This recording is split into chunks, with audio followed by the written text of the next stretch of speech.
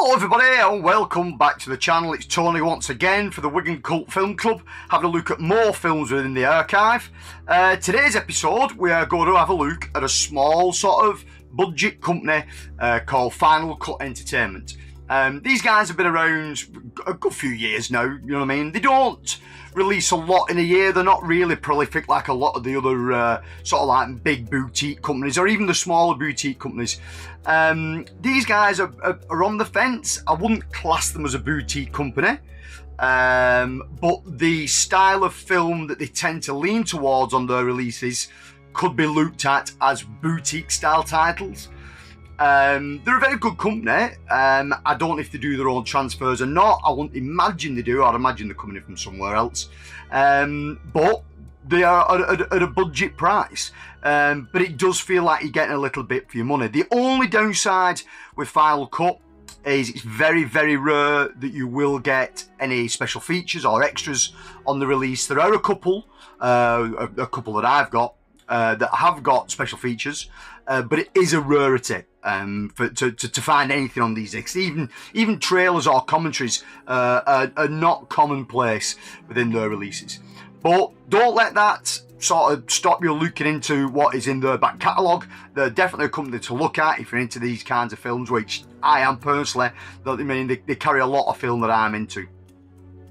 So we'll start to take them off the shelves one by one. We'll have a quick look into them, and again, like the other videos, we're not going to dig into each title too deep because it'll just take too long. So yeah, stay with us and we'll check them out. So first up we have Long Time Dead. I remember seeing this film for the first time on Sky TV not long after it came out, I don't think. This is a film from 2009. It stars, is it Joe Absalom? He was in EastEnders for a long while. British film about a group of university students that find a Ouija board and start playing with it, and lo and behold it releases an evil entity, and it enters one of the students, and one by one they start getting sort of knocked off, killed. And it's sort of like a who's been possessed kind of film. It's pretty good. It's not bad at all. It's not one that people really talk about anymore, and a lot of people have never seen. But it's a decent enough little film. And again, if you can find it on these, which you should be able to, you'll be able to pick it up really cheap. Stop or My Mum Will Shoot. My God. I don't know what Stallone was thinking of when he did this one. But Estelle Getty is actually really good in it. I enjoy her performance in this one. Stallone's not so much. The rumour and story goes that Schwarzenegger sort of lied to Stallone that he was thinking about doing this film, so Stallone grabbed the script sort of quicker than what he didn't realise was Stallone never wanted to do it. I think he'd read the script and thought it was shit, and sort of like hoodwinked Stallone into doing it. It ain't a good film. It's not terrible, you know what I mean? There's a couple of little laughing points in it, but it ain't great. But like I say, Estelle Getty is actually really, really good in it. Michael Ironside and William Shatner starring Visiting Hours from 1981. This was on the Video Nasties list in the UK, believe it or not. This release is the uncut version. Now, this does say dual format, and it's DVD Blu-ray combo, but the DVD is the cut version for some reason, and the Blu-ray is the uncut version. So the DVD version's 101 minutes, the Blu-ray version's 105 minutes. This is one of the releases that feels like a boutique title, because it's a combo release, and it's got some special features on it. It's got quite a few interviews on there. It's also got a still gallery on there, but also as well it's got reverse artwork, which you don't normally get on Final Cut releases. So it's nice when they decide to put that one out. I think this is a straight port from the Screen Factory version from a couple of years ago. It came out in 2016, 2017, something like that. But it's definitely worth a watch if you've never seen Visiting Hours. Young Guns 2, Blaze of Glory. Christ, this was everywhere back in the day. I remember this. 1990. This was again the sequel to the big film that was Young Guns. Normally when a sequel comes along they don't do as well, but for some reason Young Guns 2 was just as big as the original. Music done by Bon Jovi, which everyone knows as Blaze of Glory. I mean, Christ, that song was everywhere. I hate a big Bon Jovi fan, so I was never really into the song, but it works well. The song does work well for the film. And when you look at that cast, you know what I mean? Emilio Estevez, Keith Sutherland, Lou Diamond Phillips, Christian Slater. You know what I mean? It's a banger of a cast. And actually a really good film. Like I say, it's just as good as the original. Piranha, a Joe Dante directed film. Roger Corman produced. I mean, I fucking love Roger Corman films. And Piranha's no exception. Piranha's brilliant. Loads of fun. Bizarre, weird kind of strain of piranha gets released into the wild, into the military complex. Somehow finds its way to a summer camp swim ground, and then they just start eating people. Brilliant film, brilliant practical effects in it. Loads of carnage, loads of blood. You can't go wrong with Piranha.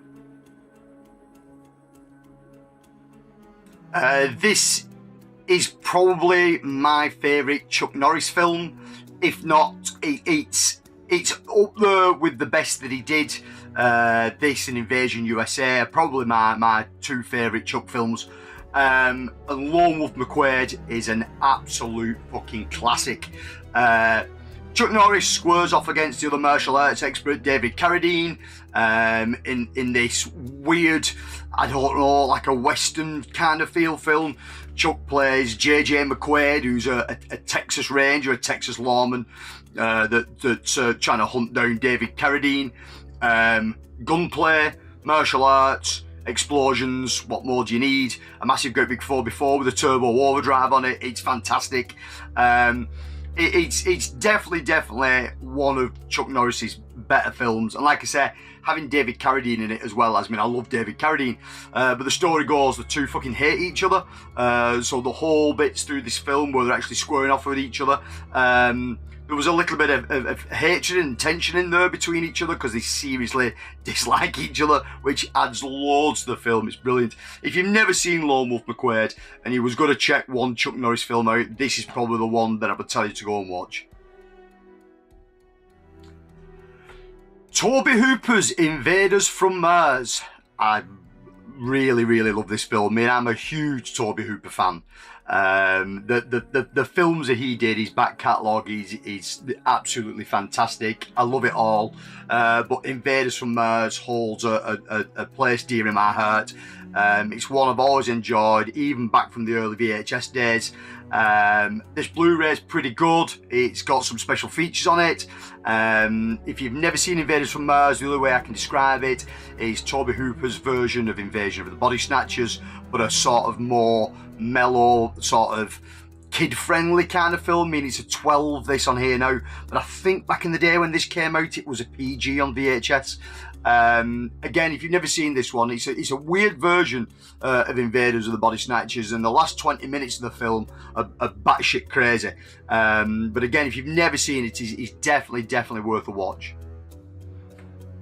Drop Dead Fred with Phoebe Cates and the legend, the master that is Rick Mayall, a actor and comedian that was sadly taken too soon, an absolute British icon of comedy.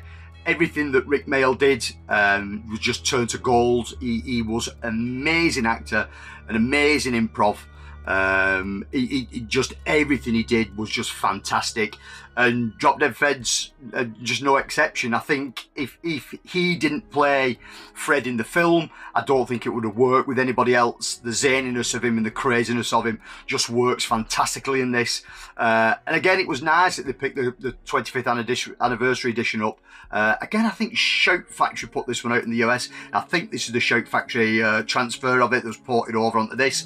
And again, it has got loads of special features. All the special features have come across from the Shout Factory edition, which again is nice because, again, like I said before, you don't always get special features on these. And again, Drop Dead Fred, I think, is probably one that everyone's seen. High Spirits. This was a regular rent for me on VHS back in the day. One of those comedies that probably a lot of people either don't remember or have forgotten about or have never seen. It's actually really, really good. Some American tourists come over to the UK, and the hotel that they're supposed to be stopping in is an absolute shambles. It's a wreck. It's supposed to be haunted, but it's all a sham. It's all a con. And hilarity resumes. It's really, really good. If you've never seen it before, Peter O'Toole is fantastic in him, and I love Peter O'Toole anyway. Steve Guttenberg's in this, Daryl Hannah. There's an early role for Liam Neeson in this as well. As it's an all-star cast, really. And if you've never, like I say, if you've never ever seen this one, it is really, really good. It's up there with some of the sort of like forgotten comedies of the 80s. It's definitely worth a watch. Harry and the Hendersons, or if you remember it in the UK when it came out, it was Bigfoot and the Hendersons, for the reason that obviously it spawned a TV show, and the TV show was known as Harry and the Hendersons in the US. So the title of the film was Harry and the Hendersons. In the UK, the film was known as Bigfoot and the Hendersons, but the TV show was known as Harry and the Hendersons. It's all a little bit confusing. But when they released it under the title Harry and the Hendersons. This is fabulous film. Fabulous film. We recently did a rewatch of this with a few of us one night on a big screen, and I was a bit dubious of how the costume might hold up. I'd not seen this film for a number of years. I'd never seen it on a decent setup, and I was actually amazed how good the costume holds up, and actually in HD, in a decent setup and decent quality, the costume's actually fucking amazing. It's so good. The detail on it is so good. It actually looks real. But it's a heartwarming film. It's really, really good. John Lithgow is fantastic in it. If you've never seen Harry and the Hendersons and your kids are of a certain age, they will lap this one up. It is absolutely fantastic. It's one that we could go back to on a regular basis and enjoy. And finally, we have got The Money Pit, a film that I love, a film that my wife hates. The whole idea and concept of the film just winds her up. But it's a Tom Hanks and Shelley Long film about a young couple that get evicted from the house in New York, so they have to try and find somewhere else to live, and they buy this house under the pretense it's really good, when in fact it's an absolute fucking dump. Hence the name Money Pit.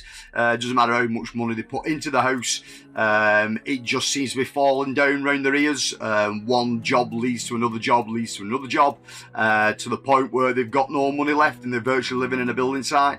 I've always enjoyed this. I've always enjoyed this time period of Tom Hanks films, when Tom Hanks was funny and he wasn't trying to be a serious actor or do serious film. I way enjoy this stuff more than his more modern, newer kind of stuff.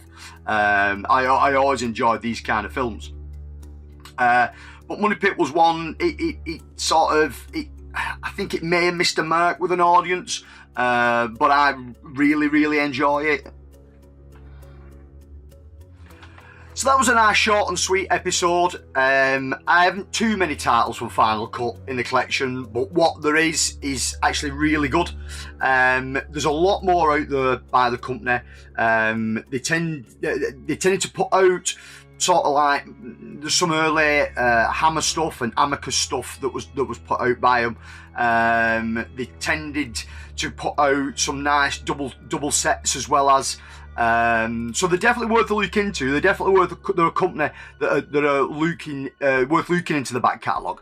They can be picked up reasonably priced second hand.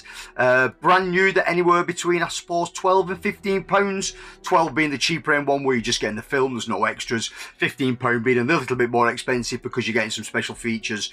Or, well, I think they've stopped doing the combos now. I don't think they do the DVD Blu-ray combo. They're just Blu-ray release now.